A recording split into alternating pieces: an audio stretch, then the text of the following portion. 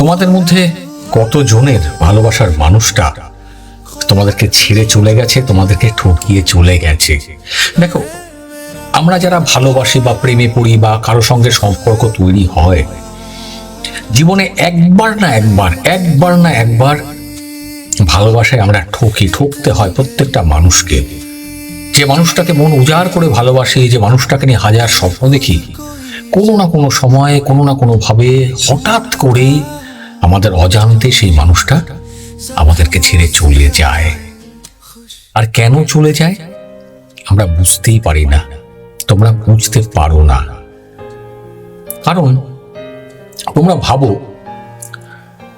যে ভালোবাসা মানে এক মুঠো রোদ আর এক বুক প্রশান্তি। কবিতা মনে হচ্ছে? আগে না। তোমাদের কাছে ভালোবাসাটা কবিতার মতো, গানের মতো, কিন্তু প্র্যাকটিক্যালি যদি ভালোবাসার পেছনের রহস্যটাকে বুঝতে পারো, যদি ভালোবাসার মানুষটা যে ছেড়ে চলে গেছে, কেন ছেড়ে চলে গেছে তার পেছনের রহস্যটা যদি বুঝতে পারো, ভালোবাসার মানুষটা যে তোমাকে ঠকিয়েছে, তুমি কেন ঠকলে, সেই রহস্যটা যদি বুঝতে পারো, তাহলে দেখবে এই ভালোবাসাটা না এক মুঠো রোদ আর এক বুক প্রশান্তির মতো কবিতা মনে হচ্ছে না। ঠিক বলছি তো? একটা কথা জানবে, সেটা হচ্ছে যে আমাদের চেনা সম্পর্কের বা যে মানুষটার সঙ্গে আমার ভালোবাসা চলছে তার সঙ্গে সমান্তরালে প্যারালালি একটা অদ্ভুত জগৎ থাকে, যাকে আমরা বলি ডার্ক সাইকোলজি। কি বলি? Dark psychology. আজকের এই ভিডিওতে না আমি তোমাদেরকে সেই অন্ধকার, ডার্ক সাইকোলজির যে অন্ধকারটা থাকে তার অলি গলির সঙ্গে পরিচয় করিয়ে দেব, যেখানে আবেগ আর কন্ট্রোল, ইমোশন আর কন্ট্রোল মিলেমিশে এক অদ্ভুত মায়াজাল তৈরি করে। এটা বুঝলেই বুঝতে পারবে যে ভালোবাসার মানুষটা কেন ছেড়ে চলে গেল, তোমার মধ্যে এমন কি ছিল যার জন্য সেই মানুষটা তোমাকে ভালোবেসেও ছেড়ে চলে গেল। একটু ধৈর্য ধরে ভিডিওটা দেখার চেষ্টা করো। আর এটাকে বলা হয় সম্পর্কের আড়ালে মনের খেলা, ভালোবাসার ডার্ক সাইকোলজি। সম্পর্কের আড়ালে যে মনের খেলা চলে তার ডার্ক সাইকোলজি, এটা তোমরা আর্ধেক ছেলেরা মেয়েরা বুঝতে পারো না। একবার ভেবে দেখো তো সেই মানুষটার কথা, যাকে ছাড়া তোমার পৃথিবী অন্ধকারময়, যাকে ছাড়া তুমি বাঁচতে পারো না, যাকে ছাড়া তুমি চলতে পারো না। কিন্তু মাঝে মধ্যে কি তোমার মনে হয় যে তুমি ঠিক যা চাইছো, ঠিক যেটা করতে চাইছো, তুমি কিন্তু সেটা করতে পারছো না, বরং তোমাকে দিয়ে অন্য কেউ সেটা করিয়ে নিচ্ছে? মনে হয় কি? হলে কমেন্ট করতে ভুলবেন। আর ভুলবে না আমার এই মাইন্ড ম্যাটার বাংলা চ্যানেলটাকে সাবস্ক্রাইব করতে, লাইক করতে, শেয়ার করতে আর অনেক অনেক কমেন্ট করতে। দেখো, ভালোবাসার একটা মোড়ক হয়, এই ভালোবাসাটা দেখায় না, এই যে একটা মোড়ক, তার পেছনে কেউ তোমাকে কন্ট্রোল করছে বা কন্ট্রোল করে। এই কন্ট্রোল করার যে একটা ব্যাপার, সেটাকে বলা হয় সম্পর্কের ডার্ক সাইকোলজি, রিলেশন সম্পর্কের ডার্ক সাইকোলজি। এই খেলাটা শুরু হয় খুব অদ্ভুত আর একটা খুব মায়ার মধ্যে দিয়ে, যাকে মনোবিজ্ঞানের ভাষায় বলা হয় লাভ বম্বিং। ইংরেজি শব্দ বোঝাচ্ছি, বুঝতে পারবে, লাভ বম্বিং। দেখো, সম্পর্কে শুরুতে তুমি প্রেম করলে, একটা মেয়েকে ভালোবাসলে বা ছেলেকে ভালোবাসলে, খুব সুন্দর মাখামাখি করছে, সেই মানুষটা তোমাকে না ভালোবাসায় ভরিয়ে দেবে। কোন মানুষটা? যে তোমাকে ছেড়ে চলে যাবে, তুমি বুঝতেও পারবে না। তোমাকে মনে করাবে যে তুমি এই পৃথিবীর শ্রেষ্ঠ মানুষ, you are the best person. কার কাছে? সেই মানুষটার কাছে।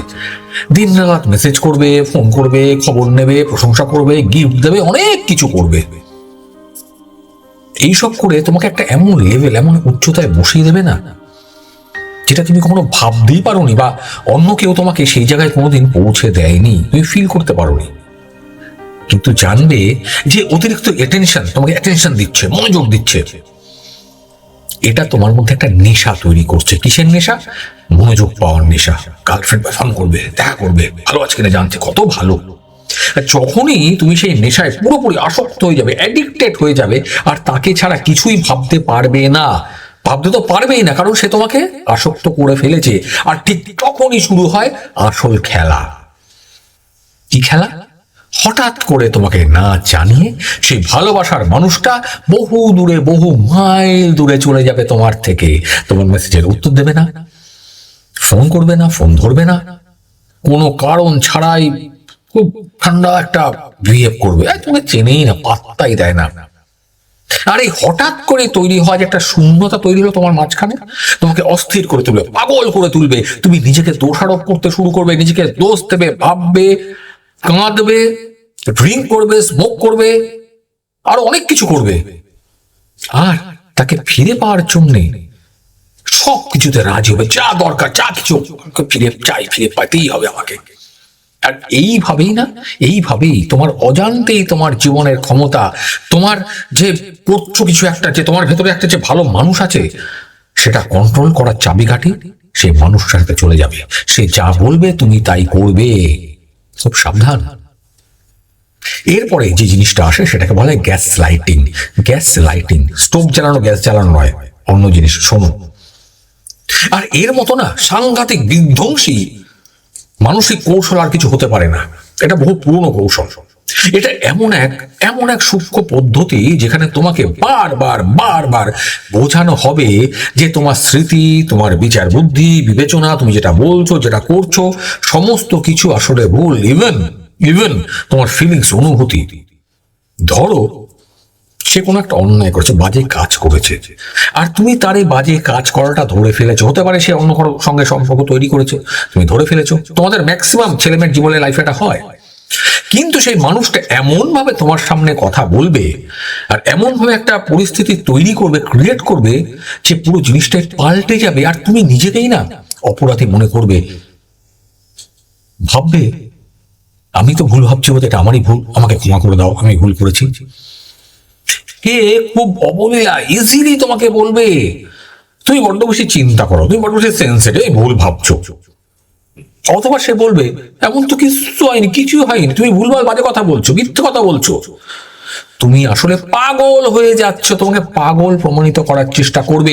এই কথাগুলো বারবার শুনতে তুমি নিজের উপরে না বিশ্বাস হারিয়ে ফেলবে তোমার কন্ট্রোলকে। তুমি তখন নিজের বুদ্ধির চেয়ে, নিজের বিবেচনার চেয়ে তার কথাকে বেশি মানবে, ভাববে ও যেটা বলছে সেটা ঠিক, আমি তো পাগল, আমি ভুল বলছি, ভুলটা আমারই। এটা হলো মানসিকভাবে, মেন্টালি কাউকে পঙ্গু করে দেওয়ার, পাগল করে দেওয়ার, ছাগল বানিয়ে দেওয়ার একটা অন্যতম হাতিয়ার। আমার কথাগুলো একটু স্পষ্ট শুনতে খারাপ লাগতে পারে, কিন্তু এটা বাস্তব। যেদিনকে আমার ভিডিওটা তোমাদের কাছে পৌঁছবে সেদিন কমেন্ট করো। এরপরে আরেকটা ভয়ানক অস্ত্র, সাংঘাতিক, সেটা হলো ইমোশনাল ব্ল্যাকমেল। আবেগ নিয়ে খেলা শুরু করে সেই ভালোবাসার মানুষটা, যাকে তুমি মন দিয়ে প্রাণ দিয়ে ভালোবেসে ফেলেছো। এইখানে ভালোবাসার আর ভয়কে এক করে ফেলা হয়, ভালোবাসার ভয়কে এক করে ফেলা হয়। সে হয়তো তোমাকে বলবে তুমি যদি সত্যি আমাকে ভালোবাসতে, তবে আমার জন্য এইটুকু তো করতে পারতে। যদি সত্যি ভালোবাসতে আমার জন্য এইটুকু করতে পারতে। কার বয়ফ্রেন্ড গার্লফ্রেন্ড বলেছে কমেন্ট করো। অথবা সে বলবে তুমি যদি আমাকে ছেড়ে যাও, আমাকে ছেড়ে যাবে না তো, যদি আমাকে ছেড়ে যাও তবে আমি নিজেকে শেষ করে ফেলবো, খুন করে ফেলবো, সুইসাইড করে ফেলবো। ভগবান না করেন, এই ধরনের বাজে কথা ব্যবহার করবে। আর এই কথাগুলো আসলে কোনো ভালোবাসা নয়, ভালোবাসা দেখানোর কথা নয়, বরং তোমার ইমোশনকে সে তার মধ্যে তার কন্ট্রোলে নিয়ে আসবে, সে কলে বেঁধে ফেলবে। এখানে তোমার নিজের ইচ্ছা বা ভালো লাগা না লাগা, কি চাও না চাও, কোনো ভ্যালু থাকে না, কোনো দাম থাকে না। শুধু থাকে এক ধরনের অদৃশ্য, যেটা দেখতে পাওয়া যায় না, তার রেসপেক্ট, বাধ্যবাধকতা। সে যা বলবে তার কথা তুমি শুনে উঠবে আর বসবে। এর পাশাপাশি খুব কৌশলে চলে আইসোলেশন, বা তোমাকে সমাজ থেকে বিচ্ছিন্ন করে দেওয়া, বন্ধু বান্ধব আত্মীয় স্বজন থেকে তোমাকে সরিয়ে দেবে, বিচ্ছিন্ন করে দেবে। সে হয়তো খুব দরদ মাখানো গলায় কাতো করে এসে বলবে যে তোমার বন্ধুরা না তোমার ভালো চায় না, তোমার মা বাবা তোমার ভালো চায় না, তোমার কাকা কাকিমা তোমার ভালো চায় না, তোমার বাড়ির লোক ভালো চায় না, কিংবা তোমার পরিবারের বহু মানুষ তুমি জানোই না তোমাকে হিংসা করে।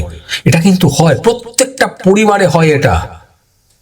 আস্তে আস্তে সে তোমার আপনজনদের, তোমাদের বন্ধুদের, তোমার পরিবারের মানুষজনদের তোমার থেকে বহু দূরে সরিয়ে দেবে। তুমি একা হয়ে যাবে। তোমার মনে একটা চলবে এ সবাই খারাপ, শুধু এই মানুষটাই ভালো। আর এই অবস্থায় যখন তোমার চারপাশে তোমাকে পরামর্শ দেওয়ার মতো, ভালো কথার মতো কোনো মানুষজন থাকবেন না, তখন সেই মানুষটা তোমাকে পুরোপুরি কন্ট্রোল করার জন্যে চেষ্টা করবে, শুরু করবে, আস্তে আস্তে সেটা তার কাছে জল ভাত হয়ে যাবে, ভেরি ইজি হয়ে যাবে। সে চাইবে তোমার জীবনে সে যেন একমাত্র ধ্রুব তারার মতো জল জল করে। কথাগুলো বুঝতে পারছো? লাইফে হচ্ছে হলে সাবধান হয়ে যাও my boys and girls and my subscriber যারা ভিডিওটা দেখছেন বা দেখছো। অনেক সময় সম্পর্কের মধ্যে না ব্রেড ক্র্যাম্বিং বা ছিটে ফোটা মনোযোগ দেওয়ার খেলা দেখা যায়। ব্রেড ক্র্যাম্বিং জানো? ব্রেড ক্র্যাম্পস, অরুটির গুঁড়ো ছিটিয়ে দেয়, সেরকম। এটা অনেকটা না ক্ষুধার্ত পাখিরা প্রচন্ড খিদে পেয়েছে, তাদের যখন দানা দেয়, গম দেয়, তাদের খাবার ছিটিয়ে দেয়, খুঁটে খায়, সেই রকম। সেই মানুষটা তোমাকে পুরোপুরি ছেড়েও যাবে না, তোমাকে ছাড়বে না, আবার ঠিকঠাক তোমার পাশে দাঁড়াবেও না, সে তোমাকে ভালোবাসবেও না, আবার ছেড়েও যাবে না, তুমি পাগল হয়ে যাবে। যখনই তুমি হাল ছেড়ে দিতে চাইবে, ভাববে দূর অনেক হয়েছে, দরকার নেই, ঠিক সেই সময় সে এসে তোমার সামনে একটু ভালোবাসা, একটু চুমু দেবে, একটু জড়িয়ে ধরবে, একটু মিষ্টি কথা শুনিয়ে যাবে, যেমন পাখিকে বললাম খাবার ছড়িয়ে দেয়, ঠিক সেরকম। আর তুমি সামান্য এইটুকু যে পেলে না, সেটা পেয়ে আবার নতুন করে স্বপ্ন থাকা শুরু করে, ভাববো রে বাবা কত ভালোবাসে আমাকে। আর দিনের পর দিন, day by day will wait for that girls or that boys. দিনের পর দিন অপেক্ষা করে যাবে। তোমার সত্যিকারের মন থেকে যেগুলো চেয়েছিলে না, সেগুলো জীবনে পাবে না, পেতে পারো না। এই ডার্ক সাইকোলজির খেলায় একটা বড় জায়গা জুড়ে থাকে আরেকটা জিনিস, সেটা হলো সাইলেন্ট ট্রিটমেন্ট বা মৌনতা। সাইলেন্ট ট্রিটমেন্ট, কোনো কথা বলবে না, চুপ। আমার ভিডিওতে মাঝে মধ্যেই বলি, এটা রিভার্স সাইকোলজিতে ইউজ করা হয়। কোনো ছোটখাটো ঝগড়া বা কোনো কিছু তর্ক, কিছু একটা ছোটখাটো কিছু একটা হলো, তারপরের দিন দেখবে সে তোমার সঙ্গে কথা বলা বন্ধ করে দিয়েছে। সামনে এলো, কথা বলছে না, ফোন ধরছে না, মেসেজ রিপ্লাই করছে না, কিছু হচ্ছে না। আর এই যে চুপ নীরবতা, এটা একটা কঠিন শাস্তির মতো কাজ করবে কার ওপরে? তোমার ওপরে। আর এই জিনিসটা একজন মানুষকে না ভেতর থেকে দুমড়ে মুচড়ে ছাড়খাড় করে নষ্ট করে শেষ করে দেয়। যে মানুষটা কথা বলছে না, সে আসলে তার নীরবতা দিয়ে, তার চুপ থাকা দিয়ে তোমাকে বুঝিয়ে দেওয়ার চেষ্টা করছে যে এই সম্পর্কটা আর তোমার ভালো থাকাটা পুরোপুরি তার মর্জির ওপরে টিকে আছে। সে যা ভাববে, সে যা বলবে, তুমি সেটা শুনবে। সে ভালো যদি থাকে তুমি ভালো থাকবে, সে কাঁদলে তুমি কাঁদবে, সে হাসলে তুমি হাসবে। আর ততক্ষণ পর্যন্ত তুমি তার শর্তে রাজি হচ্ছ, তার সামনে মাথা নিচু করছো, ততক্ষণ সে তোমাকে এই মানসিক যন্ত্রণার মধ্যে রাখবে। সে কলে বাঁধবে না, টর্চার করবে না, থাবড়াবে না, মারবে না, কিচ্ছু করবে না, তোমাকে মেন্টাল টেনশনে ফেলবে। আর এই পুরো প্রসেসটা একটা লুপ, একটা চক্রের মতো কাজ করে, ঘুরতেই থাকে। আমরা তার মধ্যে ঘুরতে থাকি কার পেছনে? সেই মানুষটার পেছনে। যেখানে আনন্দের চেয়ে ভালোবাসার চেয়ে আশঙ্কার পরিমাণ বেশি থাকে, টেনশন বেশি থাকে। যে মানুষগুলো এই ডার্ক সাইকোলজি ভালো করে জানে, সেই মানুষগুলো ভালোভাবে জানে তোমার দুর্বলতা, উইকনেস কোথায়। তারা তোমার সেই উইকনেস গুলোকে, নিরাপত্তাহীনতা, যে খারাপ মানসিক জায়গা তোমার আছে না, সেগুলোকে পুঁজি করে নিজের রাজত্ব কায়েম করে, সেগুলোকে নিয়ে তোমার উপরে রাজত্ব কায়েম করে, তোমাকে কন্ট্রোল করে। তারা তোমাকে বুঝিয়ে দেয় যে তাকে ছাড়া তোমার আর কোনো অস্তিত্ব নেই, তাকে ছাড়া তোমার কোথাও যাওয়ার জায়গা নেই, তুমি তাকে ছাড়া বাঁচতে পারবে না, পারো না, তোমার সেই ক্ষমতা নেই, সে তোমাকে পঙ্গু করে দিয়েছে। কিন্তু আমাদের একটা কথা খুব স্পষ্টভাবে মনে রাখা দরকার, ভালোবাসা মানে কখনো নিয়ন্ত্রণ হতে পারে না। যে মন থেকে ভালোবাসে সে কখনো চাইবে না ভালোবাসার মানুষটাকে কন্ট্রোল করতে। যেখানে কোনো মানুষ তোমার মানসিক শান্তি কেড়ে নেয়, তোমাকে সারাক্ষণ অপরাধ বোধ, ইউ আর গিল্টি, তুমি পাপী, তোমায় খারাপ কাজ করেছো, বা হীনমন্যতার মধ্যে রেখে দেয়, জানবে আর যাই হোক সেই মানুষটা তোমাকে ভালোবাসে না। যারা সত্যিকারের ভালোবাসে না, এটা দিয়ে ভালোবাসা হয় না। বুঝতে পারলি রে? বোঝাতে পারলাম? এই অন্ধকার দিকগুলো জানার মানে এই নয় যে আমরা আমাদের আশেপাশে সমস্ত মানুষকে বা কাছের মানুষকে, প্রত্যেকটা মানুষকে সন্দেহ করতে শুরু করব। এটার মানে কিন্তু এই নয়, বরং এটা জানা বা বোঝার, কোনটার? যেটা আমি বললাম ডার্ক সাইকোলজি, এটা জানা বা বোঝার আসল উদ্দেশ্য হলো নিজের একটা সীমানা বা বাউন্ডারি তৈরি করে সেটাকে চিনতে শেখা। আমি এই পর্যন্ত, তুমি এই পর্যন্ত ঢুকতে পারবে, তারপরে তোমার কোনো ঢোকার রাস্তা নেই। একটা হেলদি রিলেশন, একটা পারস্পরিক সম্মান, একে অপরকে রেসপেক্ট করছি, ক্ল্যারিটি, স্বাধীনতা, জানবে সত্যিকারের ভালোবাসার মধ্যে না প্যারালালি চলতে থাকে।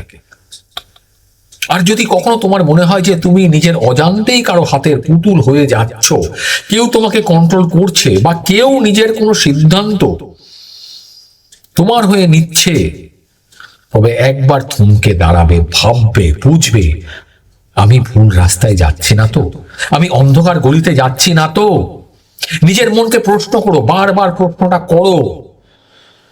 ভালোবাসা মানুষকে ডানা দেয় ওড়ার জন্য। ভালোবাসা পেলে আমরা উড়তে থাকি, আর অনেক ভালো কাজ করতে পারি। ভালোবাসা ডানা কেটে সোনার খাঁচায় বন্দি করে না। এই অদৃশ্য মরণ ফাঁদগুলো থেকে বেরিয়ে আসতে হলে প্রথমে প্রয়োজন নিজের ভেতরের সচেতনতা। নিজেকে জানতে হবে, জাগাতে হবে, বুঝতে হবে। নিজের ইমোশনকে কন্ট্রোল করতে হবে, যাতে আমরা অন্য কারো হাতে সেটাকে তুলে না দিই। একবার অন্তত ভাবো, তুমি কি সত্যি ভালোবাসার সেই গাছের তলায়, সেই স্নিগ্ধ ছায়ার তলায়, সেই ভালোবাসার কোমলতার মধ্যে আছো, নাকি তিলে তিলে শেষ করে দেওয়ার একটা সূক্ষ্ম নীল নকশা তুমি আঁকছো?